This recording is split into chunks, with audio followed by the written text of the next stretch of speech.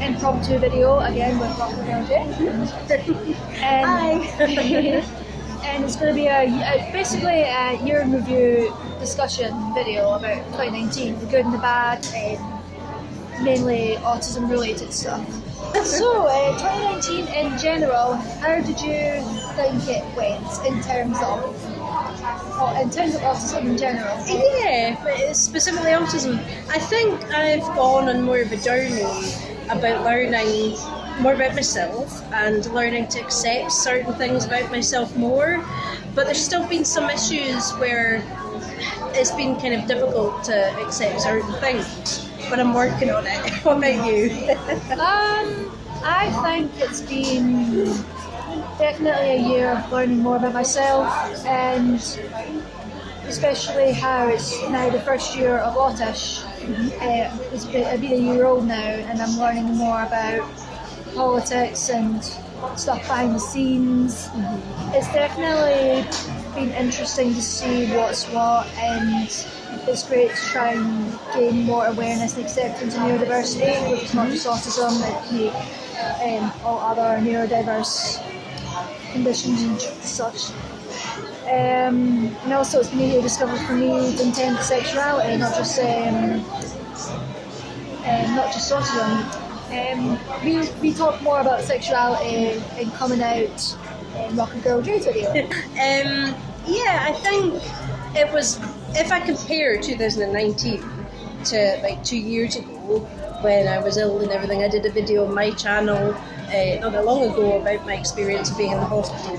And if I compare it to that year, it's been a much improved year, honestly. It couldn't have been worse in 2017, so we're fine.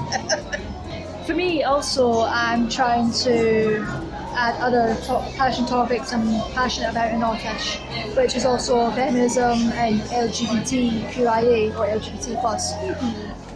I have used elements in them before for our previous projects, not Aut-Ish related, pre-Aut-Ish basically. And I feel like no matter what community you're in, it's nice to be in a community surrounded by people that understand.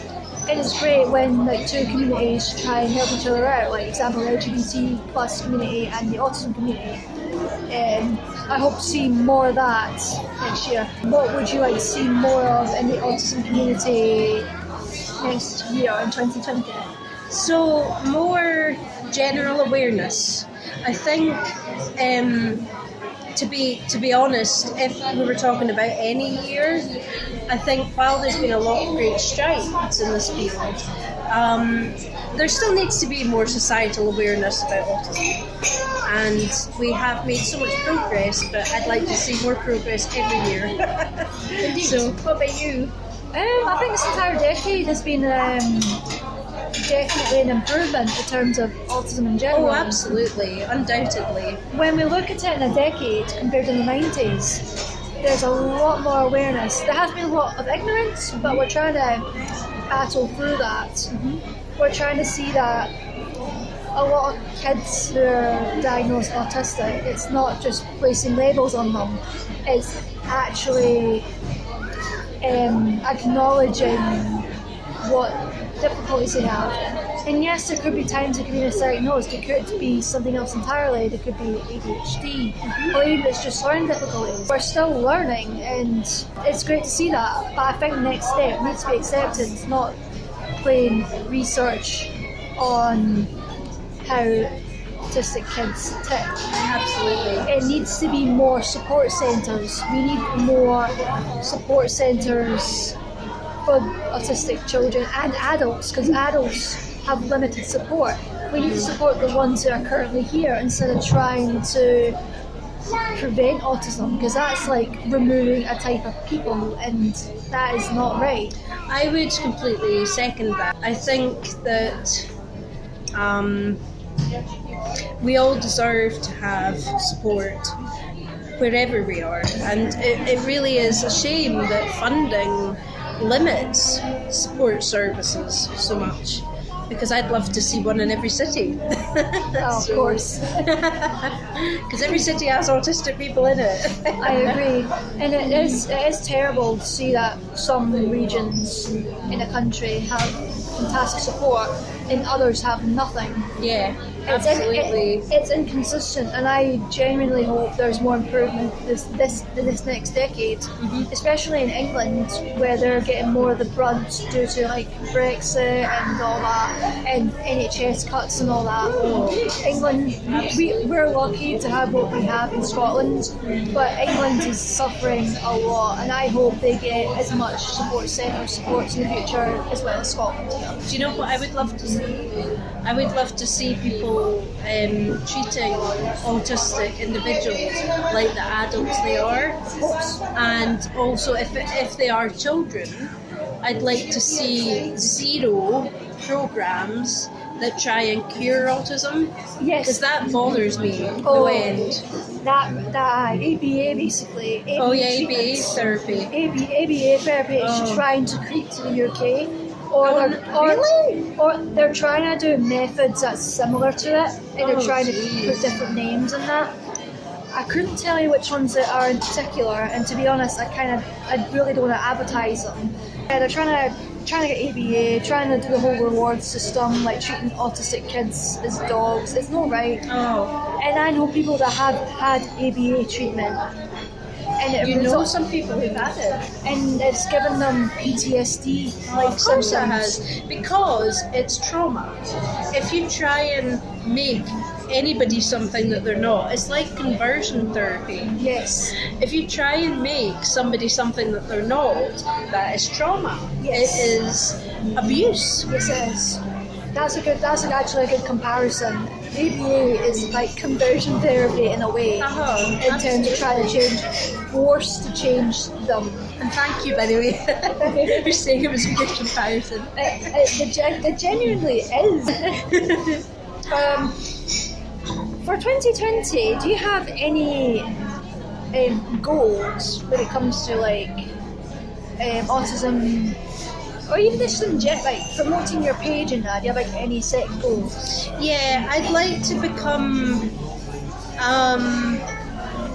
more of a frequent uploader. I'd like to really go forward with my rebrand, because I've started a rebrand, but I want to make it like ongoing posts on all of my 5 Instagrams. I'd like to start posting on my RockerGirlJay Tarot YouTube. Yeah, and I'd just like to start getting more of a routine, I think. What about you? Sounds good. I genuinely think Aut-Ish has gone on and off in terms of routines this year. And for the first year I made Aut-Ish in 2018. Till now, I think I actually did no bad. And I also made the podcast. I want to continue on with the podcast next year. Upload more videos. I'm currently doing the Sim Dance video, which is still in the works. I've still not got a set release date. I've not forgotten about you guys. I am still awaiting footage from other people, and I still need to record my part. I'll admit that I've not done my part yet. I want to do more posts, regardless of personal or news related to autism. I just want to take it as it comes, and we'll see what happens from there. And I do want it to grow and do more future projects. There's a few projects in the works on the Autistic Delicatessen, which is my side project with Ronell Cross. My other podcast, which I'm a co-host. And we're going to do a few special things next year. And I'll mention that more closer to time, and we're also doing a few podcast episodes as well, so I'll be busy in that regard. So yeah. So what about routine and making content? I think my routine is usually get things done on weekdays, really. I don't know if I'll actually make a set routine again, because I had a period of having a set routine and then I stopped, burn out for a bit, and then I go back to an alternative routine, and it kind of goes down a cycle kind of thing. I think that with my health being ropey still, to say the least, I kind of go through phases where I can't really make as much content. So what I'm thinking about possibly doing is pre-recording things more, so that there's still an ongoing interaction with my social media. But obviously that's health permitting, but it's a goal. Fingers crossed. Since I think we've basically reviewed our projects for this year and I guess the decade to a degree, because obviously the end of 2019 is a big deal. Do you have a specific New Year's resolution in general? I think I'm not a big fan necessarily of just making resolutions at the beginning of the year. Yeah. I think that resolutions could be a very useful ritual for people just in their general lives. Yeah. And I think that a lot of the ongoing things I'm trying to do involve things like managing my time better, creating more content more regularly, trying to focus on more healing at a personal level. But those, basically what I'm trying to say, they're ongoing goals, really. Yeah. What about you? Do you do resolutions or do you like goals? Definitely more on the goals front. What I do is I do a goals for the year, instead of just like resolutions. Maybe I do maybe 1 or 2 resolutions for like a laugh, like I'll do this for a wee bit, we'll see what happens. But it's like a goal for the year, like be more productive for that year. For me personally, is to get my life sorted out. Yeah, me too. It's find out what I'm doing outside of the vlogs, basically. Well, the thing is that often I think mind, body and spirit are cohesive, whether you're autistic or not. Yeah. So I think that like it all kind of fits together. If things are ticking away nicely in one area, it can be an indicator of making progress in another area sometimes. Yeah. So yeah, I think we're cohesive units. It sounds By the way, I really like the fact that you can stim in videos. I think it's awesome. And this pro-stimming behaviour is amazing, because I tell you what I dislike is people telling autistic people to stop stimming. That really bugs me no end. There's still a stimming stigma that people just think that you're being daft, you're being stupid, or you're being childish, or you look the R word. Let's not go there. But It's we need to focus on things that are not in your standard behaviour, but don't just automatically dismiss it as weird or inappropriate, because not all stimmings are inappropriate. Yes, there's bad stims, harmful stims, ones that you could hurt yourself. That's where you should focus and keep an eye out and intervene in a non-abusive way. if it's, for example, a hand flap or making noises or whatever, that's not hurting anybody. No. And it's not hurting you. So And some things just can distract people to prevent meltdowns and that, and if they don't have those stims, you're going to have a bad time. You have to put up with people have meltdowns all the time, so yeah. absolutely. The other thing I'd love to see a difference in for 2019 going forward, there's a lot of people who are diagnosed as autistic, right? Yep. Who try and pretend not to be, and Yeah. they try and pass for being neurotypical. Right. Now, I find that very sad. And I find it very sad because why does society pressure people to feel like it's better to be neurotypical? This is the bit that bothers me. It is a problem. Have the whole superiority complex of not being autistic. I understand some people would rather not make a big deal of their label. They just want to see themselves as people. I get that. I understand that, but I think the issue is that sometimes people can start to try and convince themselves that they're not autistic. And if they need support and they're pretending that they're not autistic, then that support maybe won't always be available to them. Yeah, the problem is that they hide it because they see autism as a stigma and something to be ashamed of, and they're scared that oh, you're autistic, you won't get these opportunities. And they should give them the opportunities regardless, because there's a lot of autistic people that can work well. Yeah, absolutely. But some people hide their diagnosis for another reason. It could be for safety. It could be so they don't seem as vulnerable in that, and some autistics can be vulnerable. I get that. I do get doing it for safety purposes. For example, I do it. I sometimes mask certain traits so that I feel safer and feel like I'm not going to be vulnerable to predatory people, for example.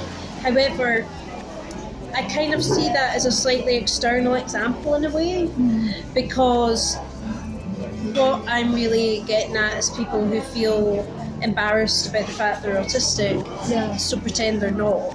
And it's not to do with safety so much as pride, really, I guess. Yeah. Society's problem is that if you're not normal, you're this and that and so, and the world is catered towards their norms and their norms, and one size fits all.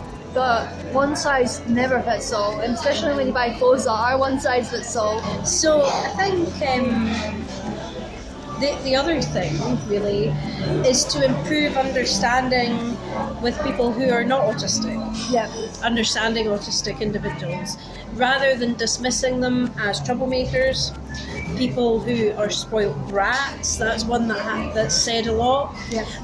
Rather than dismissing them as being challenging. Why don't we think about helping these people feel less as if they should be judging us, and more as if they should be supporting us and lifting us up? And also, as an autistic person, I don't know if you probably relate to this, it's not very nice if somebody sort of alludes to the fact that your behaviour is challenging. It's only challenging in their opinion, by the way. It's not actually challenging. It's just autistic behaviour. And I think that we need to, as a society, be more inclusive. Yes. Of everybody. Of course, yeah. And accepting. Definitely. And less judgmental, please. Definitely. But yeah, hopefully that's everything we could think of for the end of the year in review. Better than your YouTube rewind. I just want to add that I hope everybody has a happy and healthy New Year. I also hope that everyone has a good happy holidays, good New Year. Hopefully their 2020 is good, and hopefully we do well with more autism support in future, and we'll continue our respective projects. So absolutely, yeah. It's amazing to film with you again. No worries. Always great fun. Right. Cheers guys, see you later.